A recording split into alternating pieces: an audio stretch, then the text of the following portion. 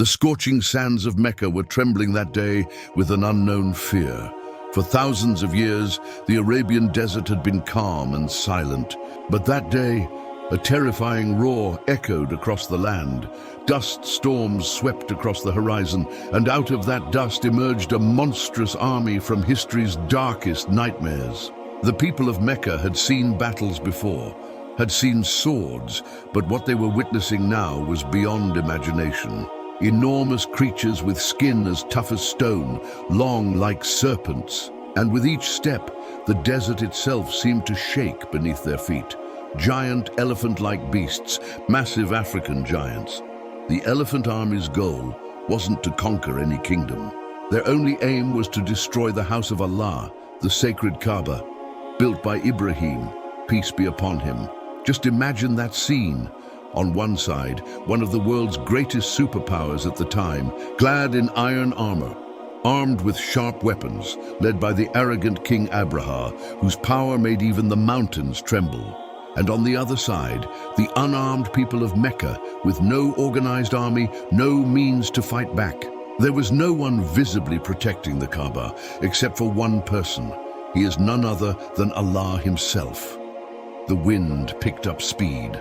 The women and children of Mecca, terrified, took shelter in the mountains. Abraha's roar was shaking the sky and air. He was sure that before sunset, that dark house would be reduced to dust. His pride was sky high, but history bears witness. Just as Pharaoh drowned in the Nile, just as Nimrod was defeated by a tiny mosquito, that day, an extraordinary event was about to unfold in the skies over Mecca. Suddenly, the color of the sky changed. It wasn't clouds or rain. From the sea came flocks of tiny birds. And these tiny birds, right nearby, the head bowed down, one of the most powerful forces in world history. Assalamu alaikum wa rahmatullah. Welcome to Islamic Story TV. In today's video, we'll hear that chilling story that still sends shivers down the spines of believers. Before we dive into the main event, if you're new to our channel, be sure to subscribe now and join our family. And don't forget to hit the bell icon beside it. So what happened that day? Why did Allah destroy a mountain-sized army with tiny birds? And how did Allah save home? Let us take a trip back in time to that legendary day the Arabs call the Year of the Elephant.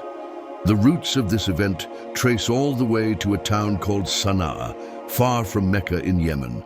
Back then, Yemen was ruled by Abraha al-Ashram, a ruler who was extremely ambitious and blinded by his thirst for power. He noticed that every year, at a certain time, people from Arabia would travel in large groups to Mecca. They would cross thousands of miles, enduring the harsh desert just to reach that barren valley. No gardens, no rivers, nothing. The royal palace. It's just a simple room made of black stone, the Kaaba. Yet people love that room more than their own lives. They circle around it, shedding tears. This made Abraha burn with jealousy. His royal pride was hurt. He thought, I have so much wealth, so much power, so why do people go to that simple stone building? He decided to stop the flow of people's devotion and love. So Abraha, the ruler of Yemen, built a huge and magnificent church called Al-Qulais, wanted to create something the world had never seen before. The finest marble stones were brought all the way from Syria. The floor was inlaid with gold and silver sheets. The walls were decorated with precious gems. Historians say the church was so tall that if you looked up at its peak, your hat would fall off. When the church was finished, Abraha proudly declared that from now on, Arabs wouldn't have to go to Mecca for Hajj anymore. Instead, they should come worship in this new, luxurious church. The old days of that house in Mecca were over, but he had forgotten one unchanging truth. You can't force someone's heart. The people of Arabia, who had been devoted to the Kaaba for thousands of years, rejected this claim with deep hatred. To them, nothing in the world compares to the sanctity of the Kaaba. A man from the Banu Kinana tribe at that time was furious about this declaration. He couldn't stand the audacity of anyone trying to challenge his beloved Kaaba. So under the cover of night, he secretly entered that royal church in Yemen and, as an act of disgust, defiled it there. He desecrated it, making it unholy.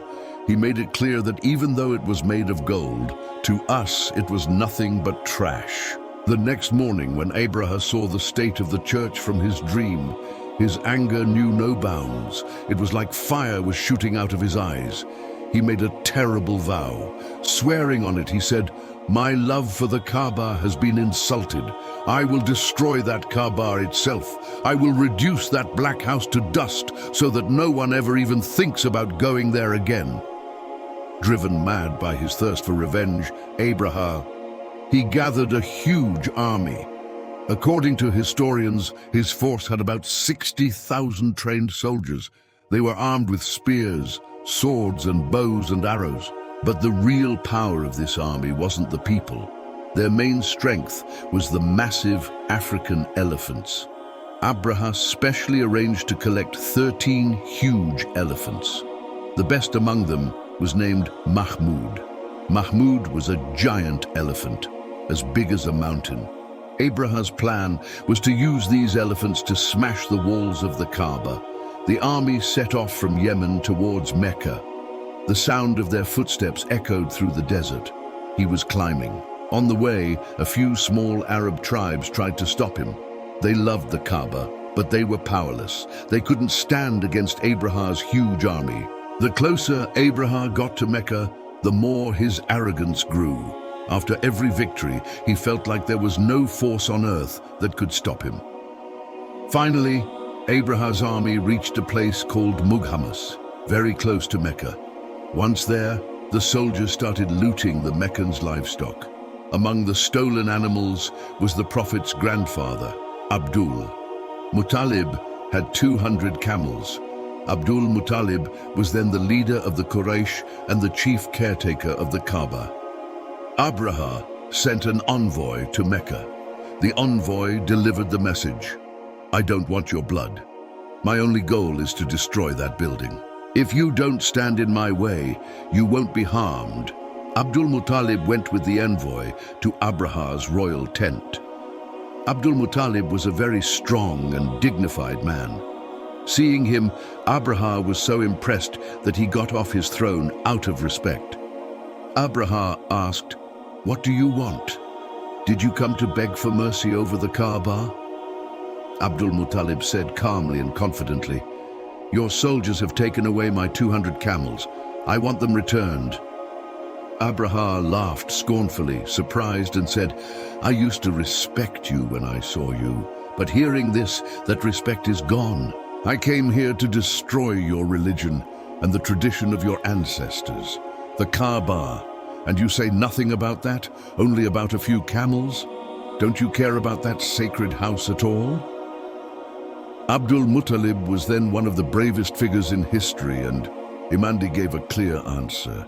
Looking into Abraha's eyes, he said, "Listen, Abraha, I'm the owner of these camels. So I want my camels back because it's my responsibility to take care of them. And that house?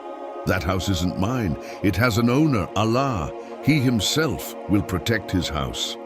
Abraha said arrogantly, "No one can protect it from me. Even the owner of that house won't be able to stop me today." Abdul Muttalib calmly replied, "You and the owner of that house will see about that. Now give me back my camels." Abdul Muttalib took the camels and left. If a war breaks out, all the Quraysh will be killed. So he told the people of Mecca, "Everyone, leave the city and take shelter up on the mountain peaks. Protect yourselves from Allah's wrath." That day, standing alone in front of the Kaaba, Abdul Muttalib grabbed the door handle of the Kaaba and cried his heart out in prayer to Allah. The sound of his weeping still seems to echo around the Kaaba courtyard today. He said, "O Allah, people protect their homes. Please protect your home too. Don't let their power overcome your power." The next morning, before sunrise, Abraha's army was ready. The commanders lined up the elephant Mahmud facing the Kaaba. They gave the order to attack, but right at that moment, something amazing happened. The elephant, which had been following all the orders until then, suddenly sat down. Mahmud poked it with an iron rod. It didn't move. They whipped it. Its body was covered in blood. The elephant cried out in pain, but didn't take a single step toward the Kaaba. This was a miraculous intervention from the Almighty. Through his helpless creature, Allah was sending a clear warning. Be careful ahead. No one dares to cross this boundary. Right at that moment, something strange appeared in the sky over Mecca. From the direction of the Red Sea, something like dark clouds was rushing in. But no, those weren't clouds. They were flocks of tiny birds. In Arabic, they're called Tayran Ababeel. These weren't ordinary birds. Each bird carried one, and on its 2 feet, 2 small stones, 3 in total. The stones were about the size of peas or lentils. But these weren't normal stones. They were sigil, hard clay baked in the fires of hell. The soldier had the name of a fallen warrior written on him. When the birds reached right above Abraha's army, by Allah's command, they started showering those stones. At first glance, you might think, what could a few stones do? But by Allah's order, those small stones were as powerful as lightning bolts. The stones hitting someone's head would pierce through their iron helmet, penetrate their skull, go right through their body, even through an elephant, and embed into the ground. In no time, the entire army was thrown into chaos. A terrifying disorder broke out as soldiers, stunned and confused, started running in all directions, screaming. They kept saying, "Run, run!" But there was no way to escape. Those who were hit by stones started to rot terribly. Their skin and flesh began to peel off piece by piece. Allah Almighty has described this scene very vividly in the Holy Qur'an. He said that Allah turned them into like eaten-up grass, just as cattle eat grass, and then it comes out as dung. Similarly, that arrogant army was reduced to something worthless, deformed, and torn apart. The plains of Mecca were soaked in blood and corpses. The elephants screamed in terror as they died. Abraham himself didn't die right then. Allah wanted to keep him alive as an example. His body was also decaying. On the way back to Yemen, parts of his body kept falling off. Finally, when he reached Sana'a, his chest burst open and his liver came out, ending his life in a tragic and humiliating death.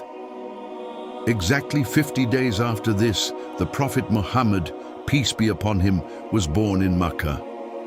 This year became so memorable for the Arabs that they named it the Year of the Elephant. Later, Allah reminded the Prophet and the people of Makkah about that event. The Holy Qur'an's Surah Al-Fil was revealed. Allah said, "O Prophet, have you not seen how your Lord dealt with the owners of the elephant? Did he not destroy their plot? And sent against them birds in flocks, striking them with stones of baked clay. Then he made them like eaten straw." This short chapter was a huge warning for the disbelievers of Mecca. Allah was basically telling them, "You're opposing Muhammad today, bragging with your little power. Remember, I am the same Allah who defeated Abraha." Those who had elephants to challenge the superpower were destroyed by tiny birds. You're nothing compared to them, dear viewers. Abraha's destruction and Surah Al-Fil give us 3 big lessons today.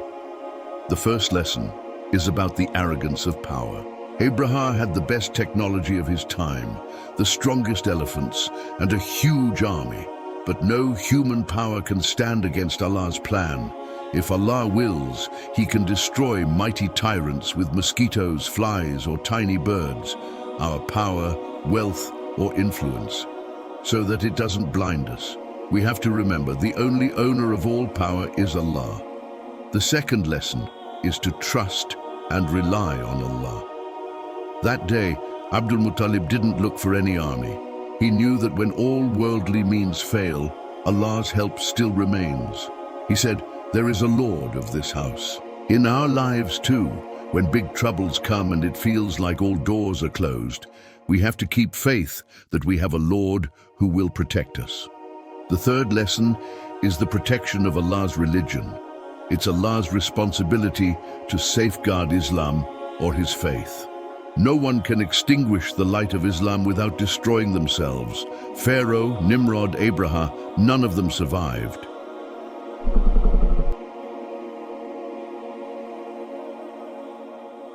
Dear viewers, Abraha wanted to destroy the Kaaba to distract people, but even after 1,000 years, millions still rush towards the Kaaba. And Abraha's gold-plated church now lies in ruins, a reminder that truth always wins and falsehood is defeated. May Allah grant us the wisdom to learn from this and the strength to live a humble life. Ameen. Dear viewers, did you know that in Islamic history there was a powerful woman who was the Prophet's own paternal aunt? But she became his biggest enemy. She used to put obstacles in the Prophet's path. Yet Allah destroyed her in a strange way. Why did Allah himself curse her by name? To find out this shocking story and the real secret behind Surah Al-Ahzab, watch the story of Surah Al-Ahzab that's coming up on your screen now. Why did Allah curse Jamil? Click on this video right now to find out. See you there. Allah Hafiz.